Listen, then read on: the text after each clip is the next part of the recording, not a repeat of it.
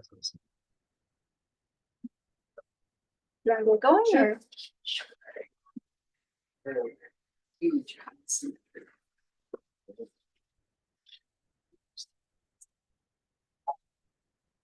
Right.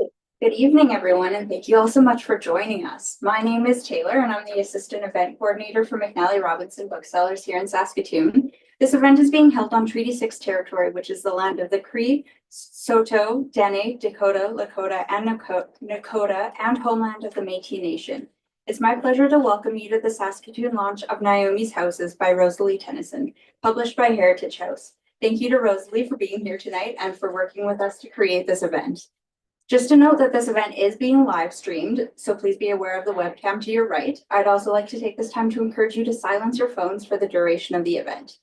If you would like to buy copies of Naomi's Houses, we have some up here on the signing table, as well as on the desk by where you first walked in. You're welcome to get your book signed before you purchase it. Just please remember to stop by the cash desk on your way out. People don't. And now I'd like to introduce our author for the evening. Award-winning agricultural journalist Rosalie Tennison has never forgotten her rural roots. Her long career has taken her from rural weekly newspapers to a small town radio station, to agricultural trade magazines, to the communications department of the Faculty of Agriculture and Food Sciences at the University of Manitoba. She is the recipient of a gold citation from the Canadian Farm Writers Federation and is a gold medal winner of a 2022 Canadian Online Publishing Award. While she loves meeting producers in the fields where they work, she enjoys returning to the warmth of her Winnipeg condo to curl up with her cat and a good book. I will now turn things over to Rosalie. Please give her a warm welcome.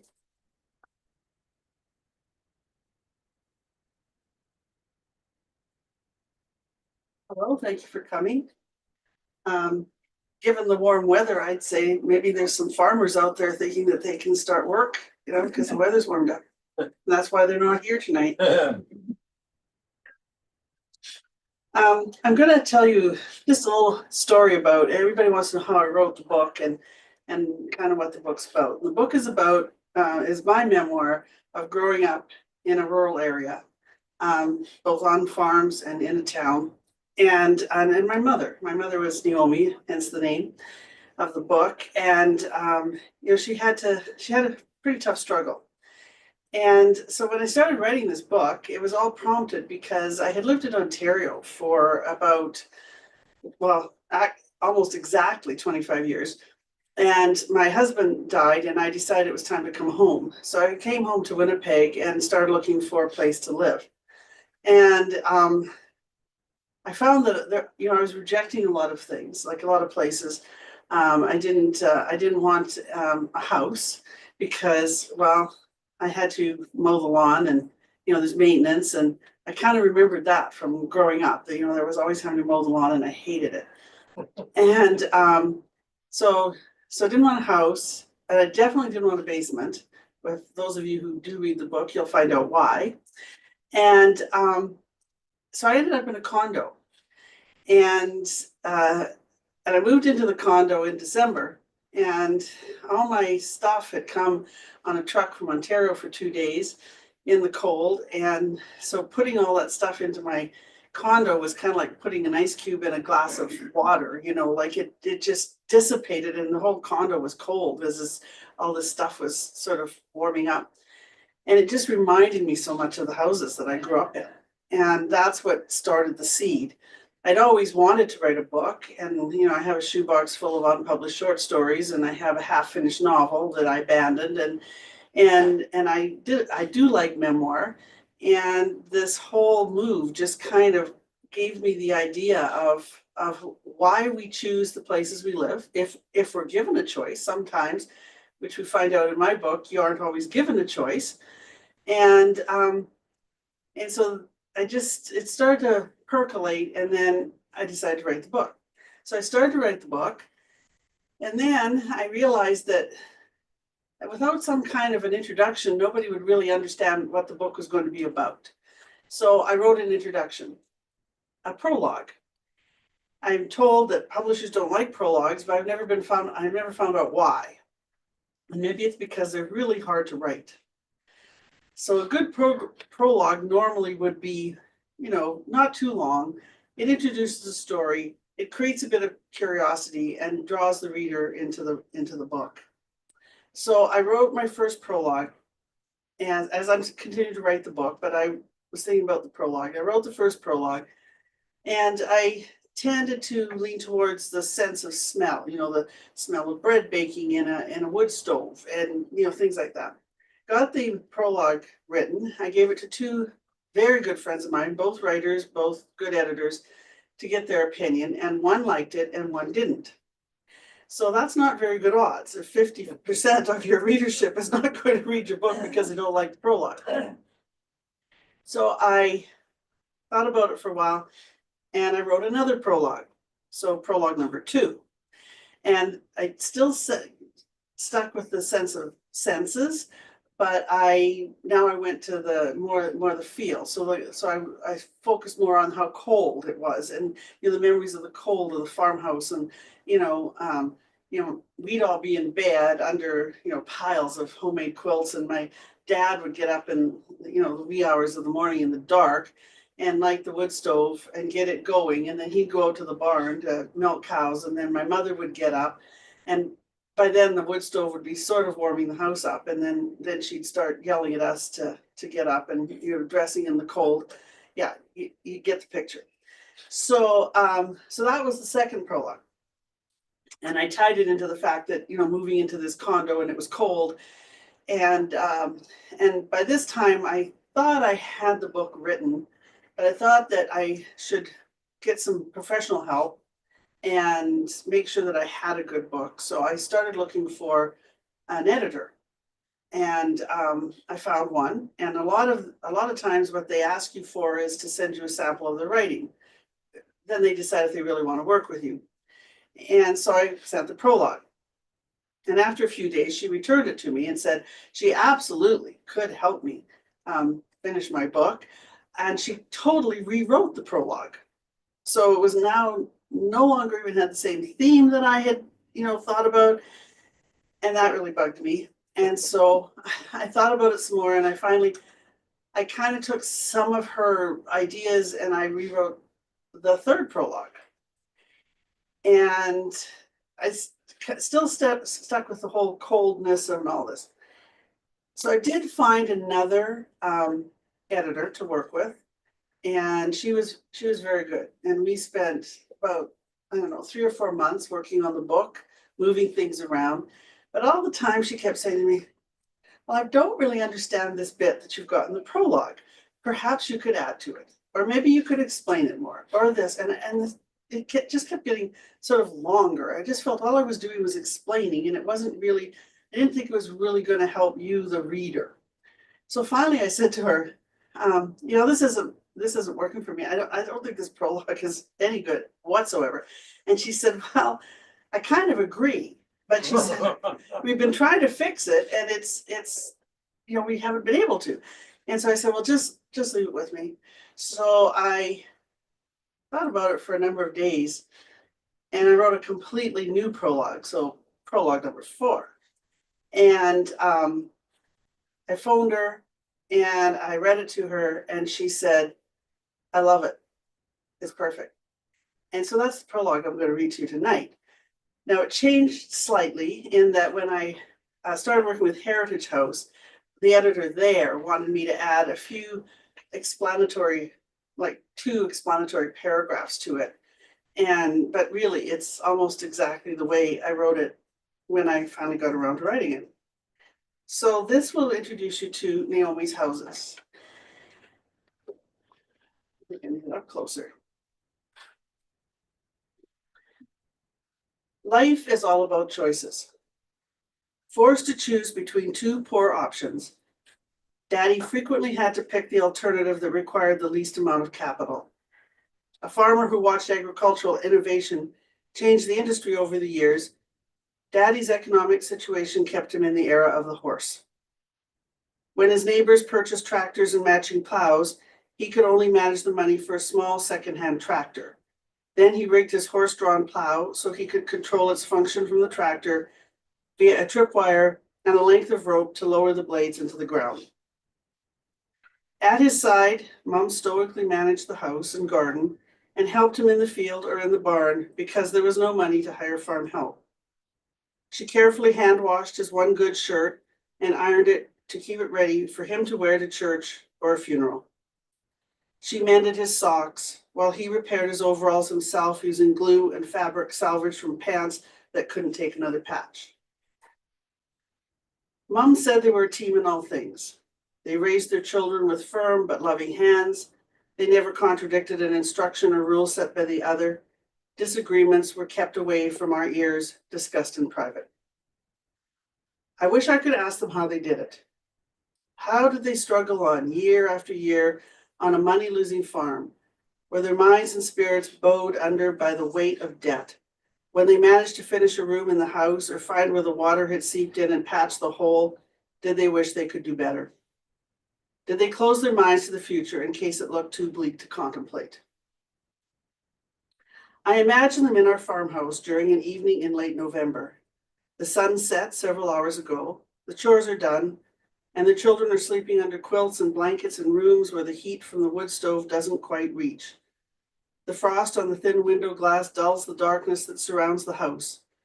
In the glow of the weak overhead light and the firelight glinting through the cracks in the stove, Daddy is sitting on a wooden kitchen chair and Mom is placidly rocking. He is reading the paper to get the latest news on the price of grain, which he hopes will be better this year because his wheat crop was good. She is flipping idly through a mail order catalog, hoping the egg money will allow her to buy enough flannelette to make the children new pajamas for Christmas. I'll go to town tomorrow, Daddy says. The cream check should be in. Can you pick up some raisins, Mom asks. If there's money, she adds. He knows she would like to do some baking for Christmas. They don't have a freezer, but the coming December weather will keep her baking frozen solid in the unheated porch until it is needed. Do you think we can send an order next week? She is looking at a picture of fabric with cowboys on it. Edward would love that. Lynette and Rosalie could have matching flower pattern sets. We'll see. Pete said he'd pay me for the sow at the beginning of the month. The next day, Daddy arrives home from town with raisins, a pound of bologna, and a chocolate bar the family can share, but no cigarettes. He started smoking in the army, but he always places his family's needs before his habit. He knows the children are already anticipating Christmas. They start talking about Santa Claus as soon as the snow flies. He's also been trying to put aside a dime or two here and there because he'd like to get Mom some Yardley lavender soap for Christmas, the kind he sent her from overseas during the war. Was the check there? She is happy to see the raisins, but feels badly that he didn't get a pack of Players. Yes, but I put most of it on the debt at the bank. We're running behind. She watches him run his hand through his wonderful dark wavy hair that is starting to dull with encroaching gray. She cuts his hair and he cuts the children's. She hasn't taken the time to get a haircut in several months. Well, I better get to the chores, he says, heading to the bedroom to change from his one good outfit into his barn clothes. When he comes back into the kitchen, she gives him a hug and a peck on the cheek. She doesn't know what else to do when she sees the creases of worry in his forehead. I am not a witness to their relationship.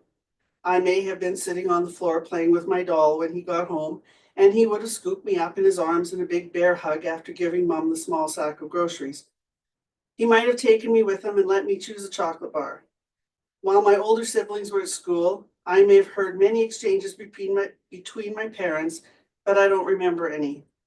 I would prefer to imagine them as happy, teasing each other and us, laughing over a story one of their children thought important enough to tell.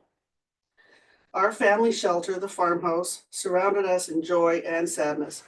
Never quite finished, but shelter nonetheless. It had a front door no one used because Daddy hadn't found the time or the lumber to build a step to it. Instead, we used the other door that came through the rickety porch where Tippy, our dog, lay keeping watch. The ramshackle building would never be my mother's dream home, but she did the best she could to prevent us getting slivers from the bare wood floor by covering it with hand-woven rugs and cracked linoleum. She kept the wood stove stoked in the hottest summer days so we would have freshly baked bread and a surprising variety of cookies to take to school in our lunch kits. We eventually left the farmhouse and clustered in the house that I came to refer to as the hovel, while the figurative wolf prowled around the exterior. Still not a dream home, we gained some modern conveniences such as running water, even where we didn't want it. For a respite from the paucity of our homes, we escaped to Wildwood, my maternal grandparents' wonderful property with its solidly built house that came to represent comfort and safety in our jumbled lives. Through the challenge to keep us housed, clothed, and fed, Mom kept a diary detailing all the choices made, from foregoing the purchase of a chair that would be more comfortable than her old rocker, to how much she had to shell out to dry clean a threadbare coat. With quiet resignation, she recorded her sadness, but also her joy in her children. Occasionally, she berated the houses she could never make into the one in her dream. As I think about my parents and imagine their struggle, I am also reminded of how often they read to us, or played a recording of a symphony on the record player Daddy bought Mom on their honeymoon. Sometimes they took us for walks through the trees on our farm and taught us to identify bird song or to recognize the tracks of the deer, lynx, and fox that sheltered in the bushes. They excelled at free education that could be found in the natural world, in borrowed books, and lived experience supplied by Daddy's war years and Mom's attendance at high school in Pennsylvania. I am assailed by a memory of Daddy reading the story about the 3 pigs who each live in a different house. Daddy raised pigs, and as a child, I assigned 3 of them parts of the tale. I assumed the pigs were our pigs. The first house is made of straw, which in hindsight fits the profile of our farmhouse. The second, made of sticks, could easily be the hovel. Naturally, the third house would be wildwood, with its stucco siding taking the place of brick. Of course, the moral is that the brick house saved the animals from the wolf. With the wind whistling through the poorly set windows in the farmhouse, I related to the pigs, and I hoped that someday I would live in a sturdier house. Despite the hard choices and the struggle, Mom and Daddy, like most parents, wanted their children to have a better life. I wish I could tell them I appreciate their hard work and assure them that we did okay. There ends the prologue.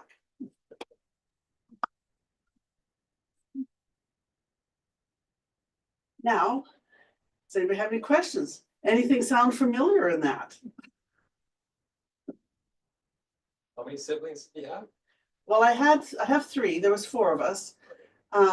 But spoiler alert, my younger brother died in infancy, so there's only 3, and I ended up being the youngest. So I relied on them a lot to remind me about things like the capped old wells on the property that we weren't supposed to go near, and some of the rickety buildings that we were always to avoid on the farm. Because I don't have a lot of memories of the actual farm, and to go there now, there's absolutely nothing left. I mean, it's the same here. I'm driving from Yorkton today, and just the vast expanses of cropland, not even broken up with shelter belts anymore, which of course was the thing after the 30s. And it's the same in the Swan River Valley now. Like you can see almost across the entire valley. There's nothing to break your sight line. That bothered my brother a lot because he'd help our dad, plant some of the shelter belts that we had. So the events of this book are not that long ago, and I think we forget, time moves on so quickly that we forget how different life was, just a few decades ago, and even hasn't changed even in some places. Like, I talk about the party line in here, which we all probably remember. But when I lived in Ontario, I think it was a project for the year 2000 that Bell was going to try and get rid of the remaining party lines in Ontario. So, these things aren't that long ago, but we think it's ancient history. Any other questions? Come on.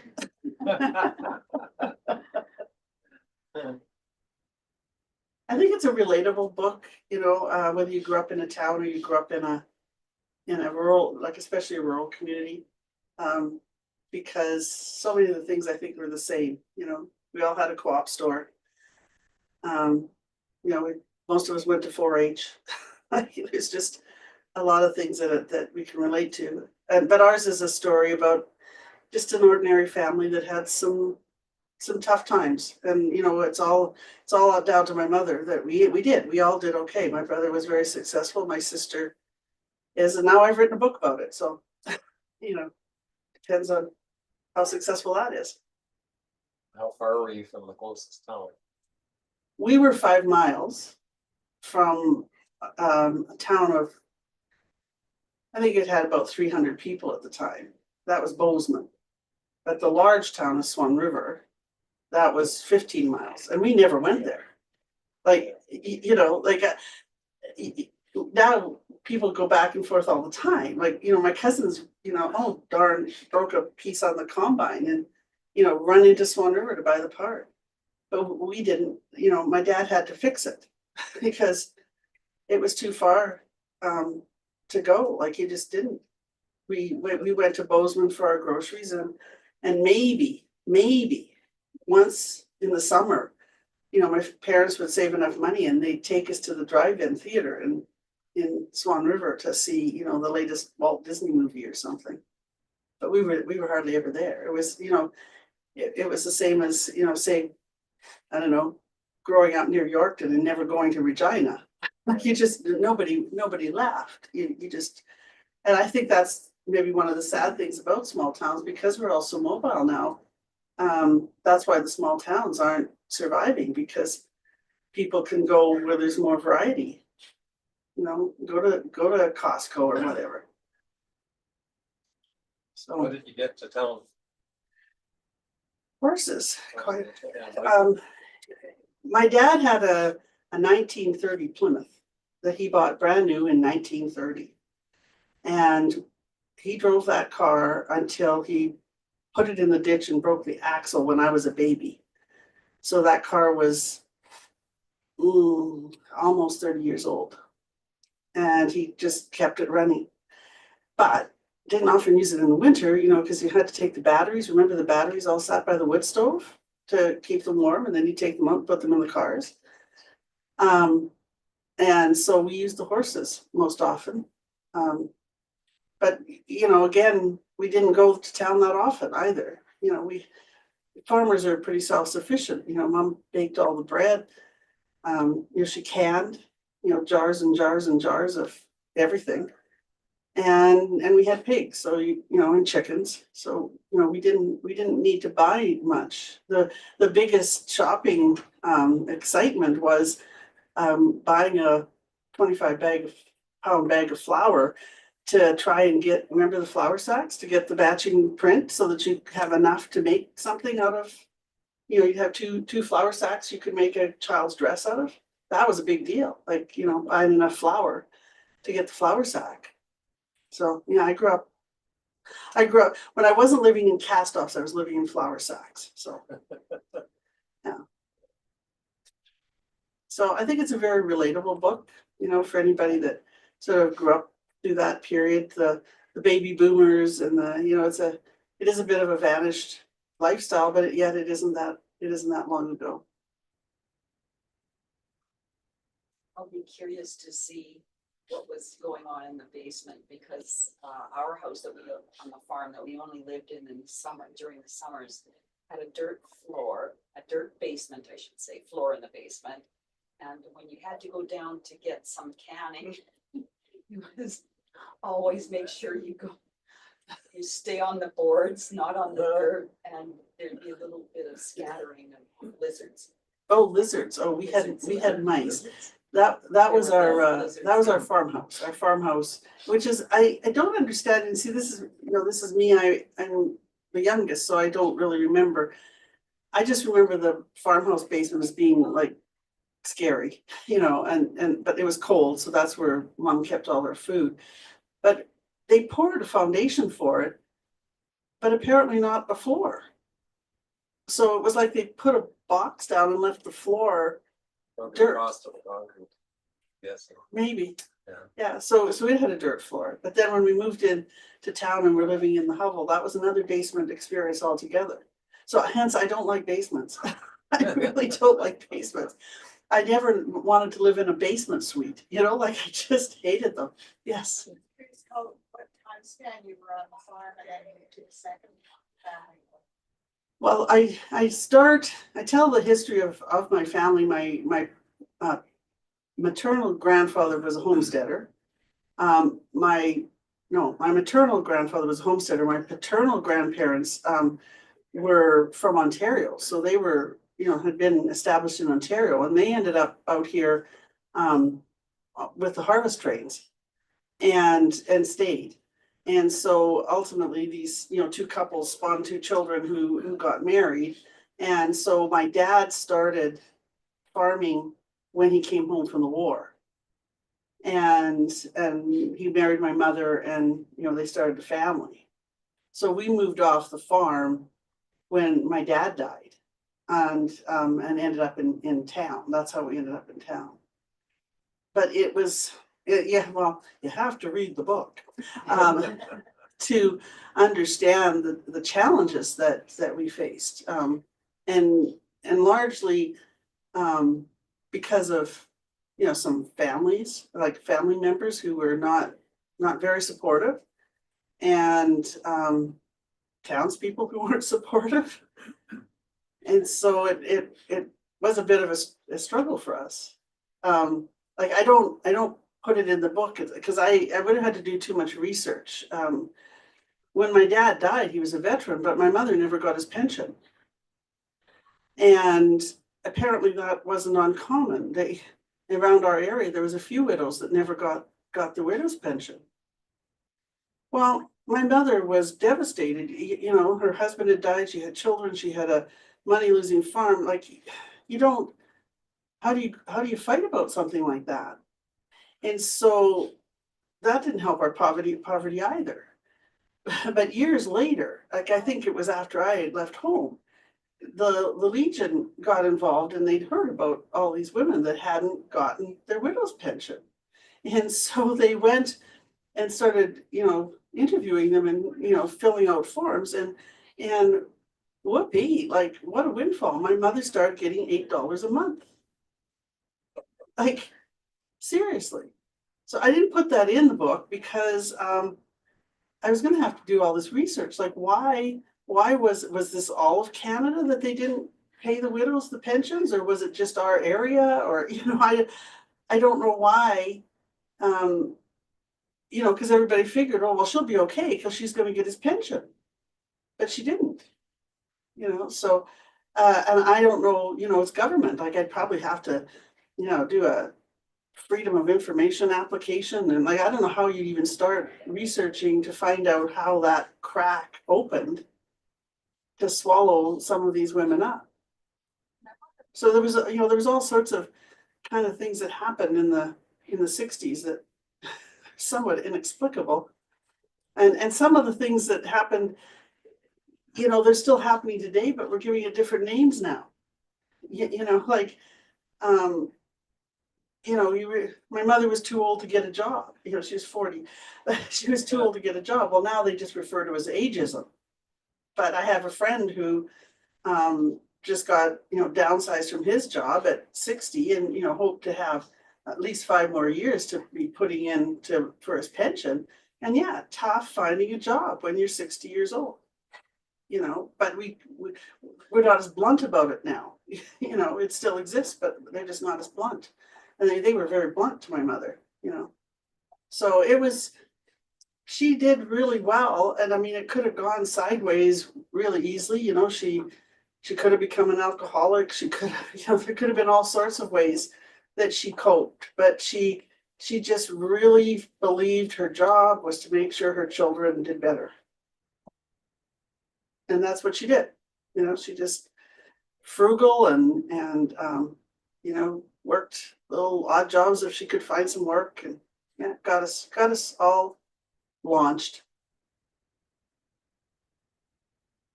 Any other questions? When you look across Canada, is there a lot of books, or is there any books on a similar topic? Homestead, pioneer, Well, I don't know if it's specific about this. I think there are, over the years, there have been numerous books written, and I think, like, I sort of feel that this book could be lifted and put in Newfoundland, and people would relate to it, because I read Alan Doyle's book. He's the lead singer of Great Big Sea, and he talks about the same things, like about being poor, not realizing he was poor, the things that little jobs that he did to earn a little bit of extra money for the family. I totally related to his book. I understood what the family was going through, even though it was a fishing village as opposed to a prairie village. Lorna Crozier, who's a well-known poet from here in Saskatchewan, she wrote a memoir. I think it's almost 20 years ago now, and she didn't grow up on a farm, but there was farming in the family. But her family, I think it was Swift Current that they, but she grew up in sort of similar circumstances to my town experience. Like, I think, poverty doesn't play favorites, and it can be anywhere, in any town, in any community. And it's how people cope with it. We certainly nowadays have a lot of safety nets that weren't available. There was no food bank when I was growing up. There weren't secondhand clothing stores. My mom saved her money and flour sacks and made us clothes. So I think I feel that, based on some of the memoir that I've read, that yeah, you could relate to this if you were in the Okanagan Valley or whatever, because I think there's some universal themes here of families just trying to get by, and parents trying to help their children, and the whole idea of poverty and poor housing. Like, I'm not very judgmental. I drive with friends on streets in Winnipeg, and you go by a house and it's got a rickety fence around it, and the lawn's not mowed, and the shingles are curling, and my friends will go, "Oh, don't they even care about their place?" I go, "Yeah, that's my house." I lived in that. My mom had no money. There was no money. She put the money to food. She wasn't worrying about buying a lawnmower. Like, that's just cosmetic stuff, right? So I think it's relatable anywhere, whether you grew up in the prairies. The prairie angle of it, I think, is for all of us who grew up here and know about outhouses and these kind of things, cream separators, that maybe a city person wouldn't. But isn't that how you learn too? I think it's a good social history. Anything else? No? How about your schooling? Your education, was there a school nearby, or your homeschooled, or how did that work? Well, I went to a one-room school, which my whole family, my siblings did as well. But I only got 1 year at the school, and it was 1.5 miles from my house, and I walked. Little kid, 6-year-old toddling down, and it's 20 below, and so then when my dad died, then we moved to town. I still walked to school, but school was a little closer. But see, I wouldn't have been going there much longer anyway, because all the country schools were closed in 1967, and so I would have been then being bused to a school. And so my siblings, had the one-room school. They were bused into Bozeman, our closest town, 5 miles away, and did their high school. And then we ended up moving to Swan River. And so my sister had to finish her last year of high school at the big city school. And I started going to a grade school that had, there was 2 rooms of grade 2s or whatever, and there was 30 kids in each class, that kind of thing. And I finished high school there, but I don't know, it was living with my mother that and my parents really did believe in education. Like, my dad, I think, would have liked to have gone on to school. My mother was very well educated for her age. She had a high school, which was uncommon with most of her friends. They finished grade 8 and maybe did correspondence by grade 9 in the one-room schools, and that was it. Then they married the farmer next door. So my mother was very well educated. My father, not so much, but he desired it. So we were always pushed towards education. So when I realized that, what my mother was going through, that, she had an education and she couldn't find a job, and, and I decided that, high school wasn't enough. I had to do more. But it wasn't easy because she didn't have any money to help me. So I worked my way through university and got my university degree, and then became a journalist. I figured that I needed a kind of job that was going to be portable, that I could go wherever there was a job. And that's pretty much what I did. My sister became a teacher, did very well. My brother struggled. But he ended up, he did quit school and he went to Thompson and he got a job at Inco, worked for Inco for 30 years and, did very well. So, he put his kids through university and has, they did well. So but yes, I started out a little country school where, I think there was 13 of us and all grades 1 to 8. But it was a kind of, in a way, I don't know if any of you did country schools, but it was kind of neat in that, everybody kind of looked after everybody else. The older ones kind of looked after the little ones, because the teacher was teaching all these different grades. And so if I think I did a lot of coloring in grade 1 because, she would just hand us paper and say, it's Easter, draw Easter pictures to decorate the school. Because she was busy trying to teach math to the grade 5s or whatever. But then the grade 8s, and in my school, they were all girls. The grade 8s, then, if they were done their work, then they might come over and amuse the grade 1s and help us with our printing or whatever. So everybody pitched in. So you didn't have the same hierarchy. Well, there was a hierarchy, but not the kind of hierarchy when you have 20 kids all the same age, and it's very obvious that some of them are richer and some are poorer, and that's when you start getting problems, which I did too. So, but you have to read the book. I'm not telling you everything. Anything else? I think the one-room school though had a lot going for it, and have a range of ages now. No one has that experience in this day and age. Yeah, no, I think it was good, and like I had my launch at in Winnipeg for this book, and one of the grade 8s came, to my launch, because most of us have sort of, even though I was the little one, most of us kind of stayed in touch and followed each other's career and where we were, and we all kind of know what everybody was doing. I can't say the same about the 175 kids that I graduated from high school with. I maybe know where 6 of them are, right?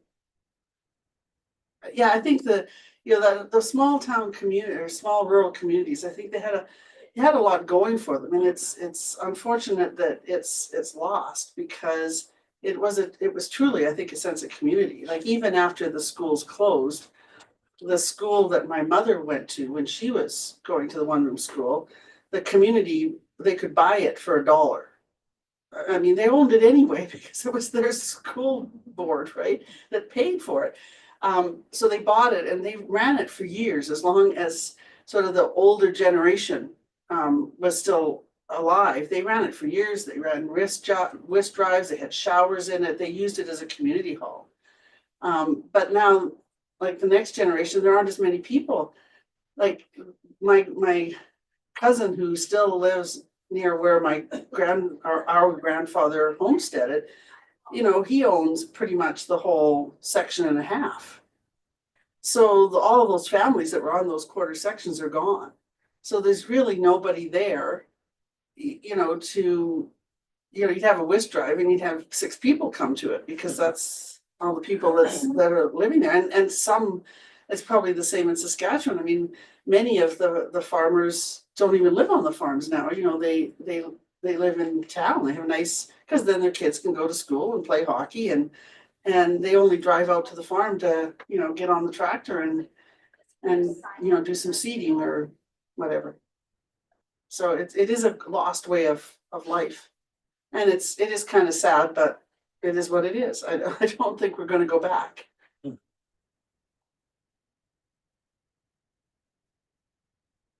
Are we out of time yet? We're getting there, so. Any other questions? I don't want to tell you too much about it because I'm hoping you'll read the book, but it's again, I think it's a universal story, and there's a lot of social history in it, that's like party lines and those kind of things that everybody went through back in the day. Christmas concerts, remember the Christmas concerts at the one-room schools? So some of the bits and pieces of this have been in the Western Producer. I write for them once in a while. And so for a few years there, I was writing them sort of a Christmas, it wasn't fiction, it was just a Christmas memory type story every Christmas. But the editor retired, and it just kind of fizzled out after that. So it kind of did get me thinking about some of those, the good memories, because there's a lot of good memories. There's a lot of sadness in the book, but there's a lot of, good stuff too. You Yeah. have a favorite passage that, to finish off with, that you'd like to read? Well, I could, when I did my my launch in Winnipeg, I had a friend as an interviewer, we just kind of had a conversation about the book, and he really wanted me to read the last paragraph in the book as a final goodbye kind of thing. And I do that. Some of my friends thought that was not a good idea because it gives away the ending, but I don't think it really does.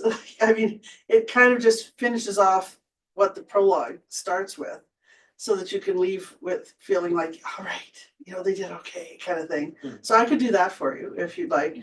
I hope I can get through it. I do find that I wrote it. I worked on this book for 5 years, and I thought I did really well with it. I had a few sniffles as I was writing, but really it was okay. But I found that now that it's in print, and I'm being expected to actually talk to breathing people about it, as opposed to my cat, I find I'm having a hard time getting through some of it. So please forgive if I start to sniffle.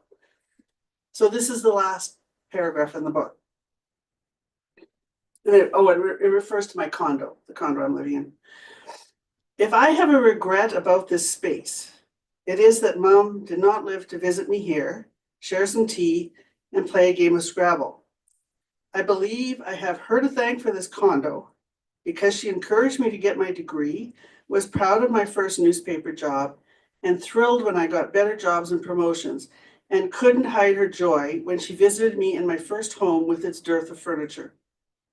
I feel her spirit now, and know that she would be happy that I moved beyond her reality. I absorbed her dreams and turned them into a life that I hope honors her struggles. In the end, Mom's greatest achievement was giving us the tools to help us live productive lives. She never stopped looking out the windows of our houses to see a better place in the world for all of us. The end. Thank you for coming. I will happily sign books.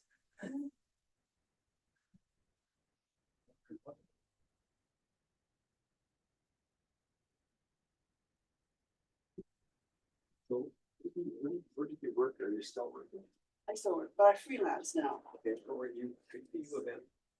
I was. You know, Power Play? Well,